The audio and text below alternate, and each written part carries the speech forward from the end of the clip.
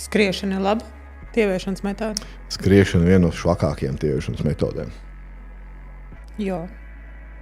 Pastāstīšu, kāpēc. Tātad, kas grib tievēt? Parasti tievēt grib iesācējs, vai ne? Cilvēks, kas baigi nesporto, viņam liekais svars, jo sportot to liekais svars drīzāk nav. Un kas notiek, ja tas cilvēks lieko svaru, kas sāk skriet? Pirmā lieta, to tiešām liekais svars ir daudz, tur beigās slodzes ceļiem. Un tā kā to muskuļu vispār nav trenēti, tad visdrīzāk tie ceļi sāk sapēt. Tā ir viena lieta. Tas varbūt nav vēl baigi traki, jo tas nekā to rezultātu varbūt neiespaidos, tikai to, kad staigās sāpošiem ceļiem. Bet nākamā lieta, kas notiks, visiem noteikti savu pārslogos. Tāpēc, ka pēc skriešanas iesācējiem būs ļoti augsts pulss, tad būs pulss 160. Tādā pulsā tu trenēsies katru dienu, nedēļu, 2 nedēļas, un tu esi pārslogojis. Tauki nekādu to vairs nedegs, to degs nost muskuļi.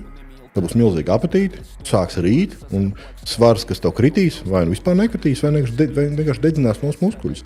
Tā kā skriešana ir ļoti, ļoti slikta svara zaudēšanas metode.